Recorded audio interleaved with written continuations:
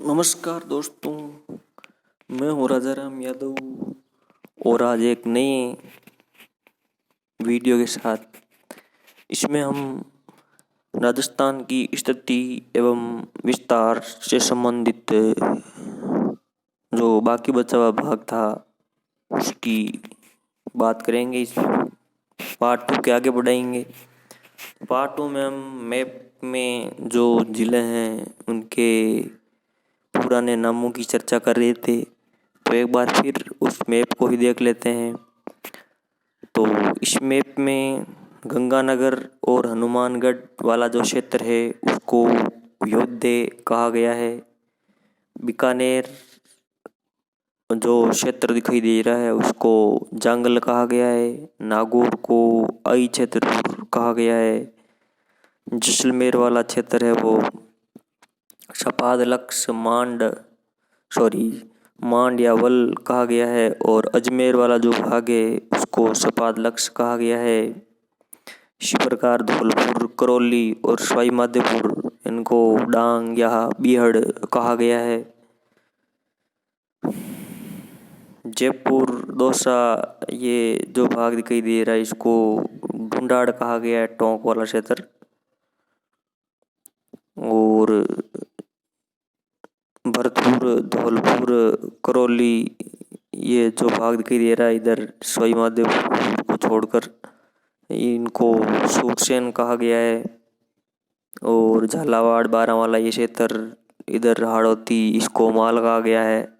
सिरोही को चंद्रावर्ती कहा गया है। जालौर को जाबालीपुर कहा गया है। और जो पाली वाला क्षेत्र दिखाई दे रहा है उसको गुर्जरात्रा कहा गया है। बाड़मेर को मालानी कहा गया है। डूंगरपुर बांसवाड़ा वाला क्षेत्र है, ये बहुत इंपॉर्टेंट है, वागड़ कहा गया है। तो आगे बढ़ते हैं। योग्य सबसे पहले अब हम एक एक करके इनकी बात करते हैं। राजस्थान के उत्तरी भाग को कहा जाता है जिसमें गंगानगर व हनुमानगढ़ शामिल है। योज्य क्षेत्र इसमें गंगानगर और हनुमानगढ़ जिले हैं वो शामिल है। जांगल किसको कहा जाता था, तो इसमें केवल बीकानेर नहीं, बीकानेर तो पूरा पूरा और जोधपुर के उत्तरी भाग को, बीकानेर व जोधपुर के उत्तरी भाग को कहा जाता है। यहाँ मुख्यतः कंटीली वनस्पति पाई जाती है। इसकी राजधानी कहाँ थी? अही छतरपुर थी। और अही छतरपुर कौन से जिले को कहा जाता है? नागौर को। बात करते हैं नागौर वाले क्षेत्र अही छतरपुर की। ऐतिहासिक काल में नागौर को कहा जाता था, ये जांगल की राजधानी थी। जांगल बीकानेर व जोधपुर के उत्तरी भाग को जांगल कहते हैं और उसकी राजधानी अही छतरपुर थी। और अही छतरपुर किसको कहते हैं? नागौर को।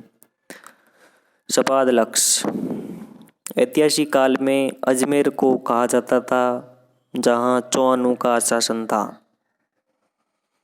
चौहानों का शासन रहा अजमेर के ऊपर और इसका पुराना ऐतिहासिक काल में नाम है वो सपादलक्स था।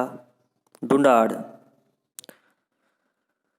ढूंढ नदी के कारण मुख्यतः जयपुर व दौसा टोंक क्षेत्र को ढूंढाड़ कहा जाता था।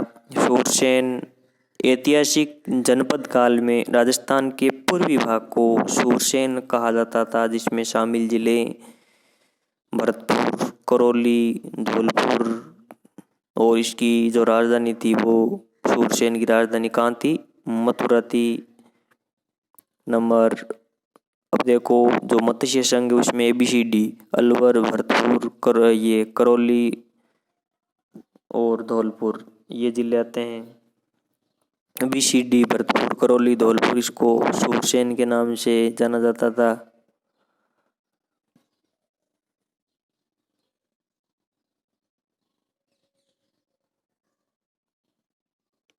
CD + SWM सवाई माधोपुर, अगर इसमें करौली, धौलपुर और सवाई माधोपुर को डांग या बीहड़ कहा जाता था। बीहड़ AB अलवर और भरतपुर को मेवात कहा जाता था। अब हम बात करते हैं 19 नंबर की। ऐतिहासिक काल में जो कोटा बे बूंदी के क्षेत्र को हया ये कहा जाता था। शिवी उदयपुर चित्तौड़गढ़ क्षेत्र को कहा जाता था जिसकी राजधानी नगरी मध्यमिका थी। शिवी किसको कहा जाता था? उदयपुर चित्तौड़गढ़ क्षेत्र को कहा जाता था, जिसकी राजधानी नगरी थी। ये बहुत इंपॉर्टेंट सवाल। शिवी के बाद में चंद्रावती। सिरोही का प्राचीन नाम है चंद्रावती, जहाँ से भूकंपरोधी इमारतों के अवशेष प्राप्त हुए हैं। इसके बाद जाबालीपुर 22 नंबर। जाबाली ऋषि की भूमि, जिसे वर्तमान में जालोर कहा जाता है।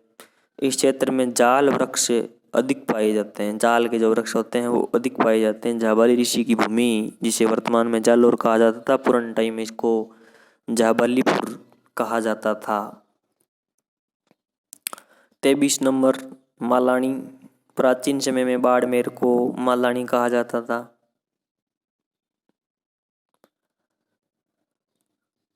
मांड। पश्चिमी राजस्थान में मांड गायकी के क्षेत्र को मांड कहा जाता था, जिसके चारों ओर का क्षेत्र जैसलमेर में वल के नाम से जाना जाता था। और 25 नंबर ऊपर रहा ये भीनमाल जालोर वाला। ये जालोर में स्थित है, जिसे चीनी यात्री हेनसांग द्वारा अपनी पुस्तक शी युकी में पिल्लो भालो लिखा गया है।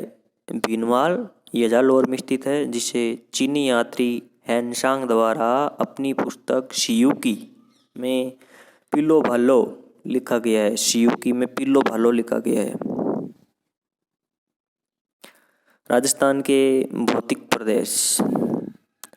ऊंचावच व जलवायु के आधार पर राजस्थान के 4 भौतिक प्रदेश हैं। पर्वतीय और पठारी, मैदानी और मरुस्थलीय। तो इसमें थोड़ा सा चित्र के अनुसार बताया गया है। भौतिक प्रदेशों की सामान्य जानकारी आगे हम देखते हैं। भौतिक प्रदेश राजस्थान को 4 भौतिक प्रदेशों में बांटा गया है। मरुस्थल, अरावली, मैदान, हाड़ौती। अगर क्षेत्रफल देखा जाए तो मरुस्थल का क्षेत्रफल है वो पूरे राजस्थान के क्षेत्रफल का 61.11% है, जो 2/3 है, लगभग 2/3 है। बहुत इम्पोर्टेंट बात ये एग्जाम में पूछा जाता है कि मरुस्थलीय भाग कितना परसेंट है, तो 61.11%, 2/3। अरावली 9%, मैदानी भाग 23%, हाड़ौती 6.89%। जनसंख्या अब ज़्यादा किस में निवास करती है? मरुस्थलीय वाले क्षेत्र में 40%, अरावली में 10%, मैदानी भाग में 39% और हाड़ौती में 11%। तो मरुस्थल में 12 जिले, अरावली में 13 जिले, मुख्यतः इसमें 7 जिले ही हैं। मैदानी भाग के अंदर 10 जिले स्थित, हाड़ौती के अंदर 7 जिले स्थित हैं। मिट्टी की बात करें भाई, यहाँ पर किस प्रकार की मिट्टी पाई जाती है, तो मरुस्थलीय भाग के अंदर बलुआ पत्थर से निर्मित बलुई या रेतीली मिट्टी पाई जाती है। अरावली भाग के अंदर पर्वतीय या वनीय मिट्टी पाई जाती है। मैदानी भाग में जलोढ़ या कछारी या दोमट मिट्टी पाई जाती है। हाड़ौती यहाँ काली और रेगूर मिट्टी पाई जाती है, हल्के काले रंग की होती है ये। जलवायु की बात करें तो जो मरुस्थल है उसकी शुष्क व अर्ध शुष्क जलवायु है। और अरावली की बात करें तो यहाँ उपाद्र जलवायु है। मैदानी भाग की आर्द्र जलवायु है और हाड़ौती प्रदेश की अति आर्द्र जलवायु है, बहुत ज़्यादा नमी पाई जाती है।